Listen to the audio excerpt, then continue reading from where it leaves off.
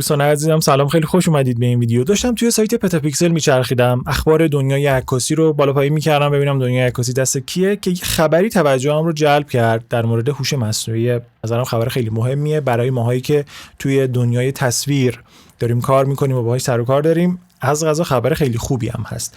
این خبر میگه که شرکت اوپن ای آی، همون شرکتی که خالق چت جی پی تی هست، یک ابزاری رو معرفی کرده که این ابزار میتونه عکس‌های تولید شده با هوش مصنوعی دال ای، تو پرانتز دال ای ابزار هوش مصنوعیه که عکس جنریت میکنه که مال همین شرکت اوپن ای آی هست، رو ابزاری رو درست کردن که میتونه عکس‌های تولید شده با دال ای رو تشخیص بده. یعنی اگر شما یک عکسی رو بهش بدید این با دال ای درست شده باشه، به شما میگه که این با دال ای درست شده.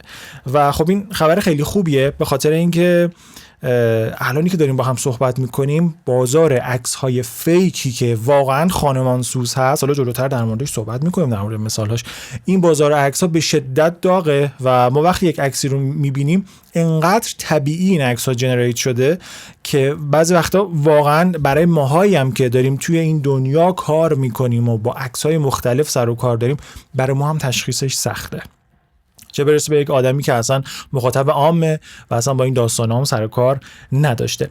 ولی از اونجایی که این مقاله مقداری طولانی هست و منم خودم به شدت اعتیاد دارم به ابزارهای هوش مصنوعی، میریم سراغ جمینای. من از قبل متن خبر رو به جمینای دادم، گفتم اینو فارسی کن، خلاصه کن، نکات مهمش رو بگو که همینجا سریع با هم ریاکت بدیم و تمامش کنیم بره. میگه که شرکت اوپن ای آی ابزاری برای تشخیص تصاویر ساخته شده با هوش مصنوعی یا دیپ فیک معرفی کرده. تا اینجاشو که ما هم خوندیم. این ابزار در حال حاضر میتونه با دقت 98.8% تصاویر ساخته شده توسط دال ای رو تشخیص بده. خب این یه داستانیه دیگه. میگه که یک ابزاری رو خود اوپن ای آی درست کرده که بتونه تصاویری که خود اوپن ای آی درست کرده رو با دقت 98.8% تشخیص بده. اینو دو مدل ما میتونیم تفسیر بکنیم. یکی این که با دقت 98.8%، دو فقط با دقت 98.8%، اونم عکسایی که خودش درست کرده، یعنی اون 1% چی میشه پس؟ حالا اینکه چجوری به قضیه نگاه بکنیم هم جالبه. حالا جالبتر هم میشه. بعدش میگه برای تشخیص تصاویر ساخته شده توسط دیگر ابزارهای هوش مصنوعی دقت فعلی این ابزار پایینه، بین 5 تا 10%، و این یعنی فاجعه. برای چی میگم فاجعه؟ ببینید وقتی که ما داریم با دال ای کار میکنیم که توسط اوپن ای آی درست شده، خب هر چیزی رو ما نمیتونیم پرامپت بکنیم. یک سری قوانینی داره که هر مدل عکسی رو جنریت نکنه. اما وقتی داریم در مورد ابزارهای دیگه صحبت میکنیم، مثلا استیبل دیفیوژن هیچ محدودیتی نداره توی پرامپت کردن. شما هر چیزی رو که پرامپت کنید جنریت میکنه. و وقتی میگم هر چیزی یعنی واقعا هر چیزی، هر چی که تو ذهنتون اومده دقیقاً همون، اونو جنریت میکنه. به همین دلیل این ابزار که نزدیک 99% میتونه عکس‌ها رو تشخیص بده، فقط برای عکسایی که خود دال ای اوپن ای آی درست کرده. برای عکس‌های دیگه که با ابزارهای دیگه درست شده فقط بین 5 تا 10%. یعنی من اگه بیام با استیبل دیفیوژن یک عکسی رو جنریت بکنم که عکس خیلی خانمان براندازی باشه، این بین 5 تا 10% امکان تشخیصش رو داره و این اصلاً خوب نیست. اوپن ای آی از استانداردی به نام C2PA برای تشخیص تصاویر هوش مصنوعی استفاده میکنه که به فراداده‌های ضد تحریف مجهزه. نمیفهمم یعنی چی خودم. امید است با پذیرش گسترده این استاندارد تشخیص تصاویر ساخته شده با هوش مصنوعی ساده تر شود. و اصلا این یکی از مهمترین چالش های این روزهای دنیای هوش مصنوعیه که میگم بابا اینقدر این عکس های مختلف داره جنریت میشه، عکس های فیک که بسیار هم رئال هستن که تشخیصش واقعا سخته، که عملا دیگه ما داریم به یه جایی میرسیم نه صدا ارزش اثبات داره، ارزش مثلا قضایی و حقوقی داره، نه عکس و نه ویدیو. پس ما چیکار باید بکنیم؟ با یک دنیای طرفیم که هر چیزی رو میتونیم به خورد مخاطب بدیم و اینقدر هم طبیعیه که دیگه هیچ کسی نمیتونه تشخیص بده که چی درسته و چی غلطه. این داره میگه با پذیرش گسترده این استاندارد یعنی C2PA بشه تمام تصاویری که با هوش مصنوعی جنریت شده رو تشخیص داد که امیدوارم این اتفاق بیفته، چون اگه نیفته ما واقعا دنیای خیلی ترسناکی رو در پیش داریم، کما اینکه مثالش هم هست، حالا جلوتر در موردش صحبت میکنم. هدف اصلی این فناوری افزایش شفافیت در رسانه‌های دیجیتال با توجه به افزایش محتوای تولید شده توسط هوش مصنوعی. ببینیم نکات مهم این مقاله چی بوده. این ابزار در حال حاضر به صورت عمومی عرضه نشده، تنها در اختیار گروهی از تست کننده‌ها قرار داره، حالا احتمالاً در آینده به صورت عمومی هم عرضه میشه.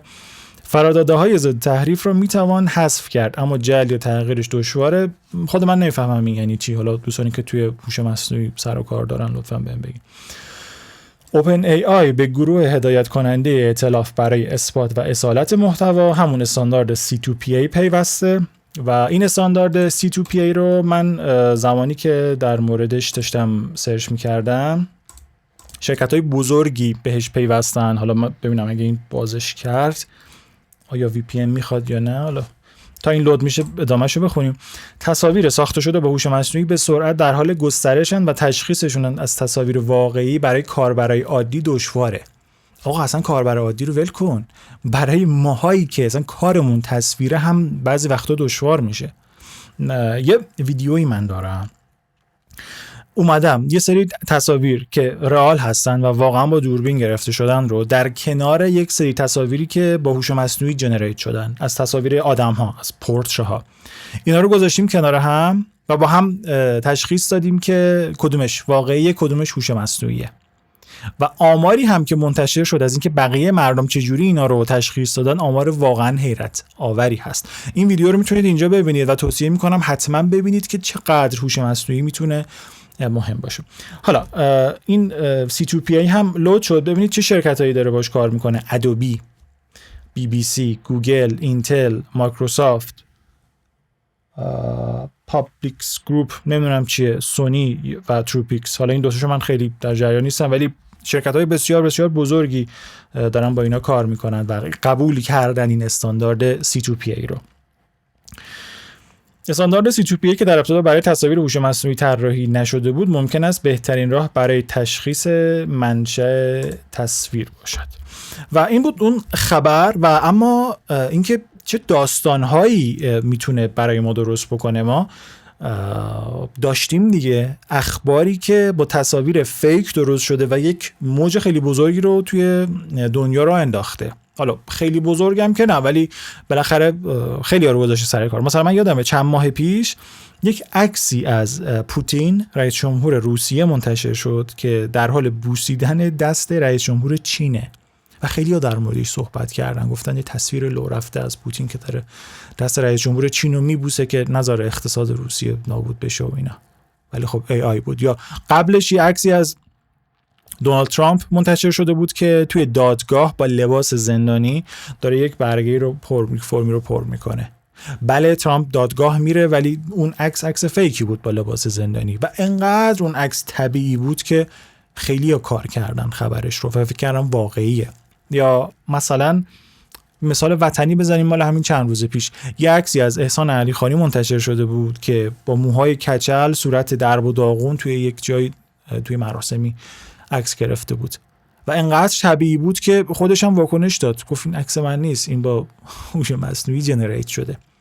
و با توجه به اینکه خیلی از این ابزارهای هوش مصنوعی هیچ محدودیتی ندارن برای پرامپت گرفتن، مثل استیبل دیفیوژن که هر چیزی رو شما میتونید باش بسازید، این خیلی چیز خطرناکیه. حالا هم توی بحث پابلیک و رسانه ها که خب ما الان مثال ها ازش دیدیم، هم توی زندگی های ما.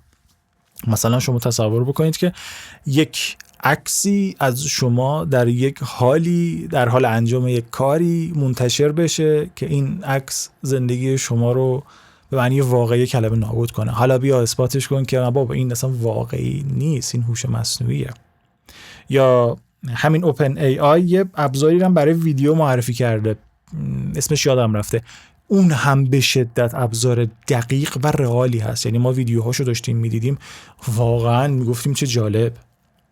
خیلی طبیعی بود و به زودی در مورد ویدیو همین اتفاق میفته که ویدیوها به قدری رئال خواهند شد که تشخیصش از ویدیوی واقعی عملا غیر ممکنه و یه همچین استانداردهایی و یه همچین توافقهایی باید وجود داشته باشه برای اینکه بشه تشخیص داد ویدیو، عکس، صدای واقعی با ویدیو، عکس، صدای جنریت شده توسط هوش مصنوعی رو. این کلی چیزی بود که می‌خواستم بگم. موفق باشید.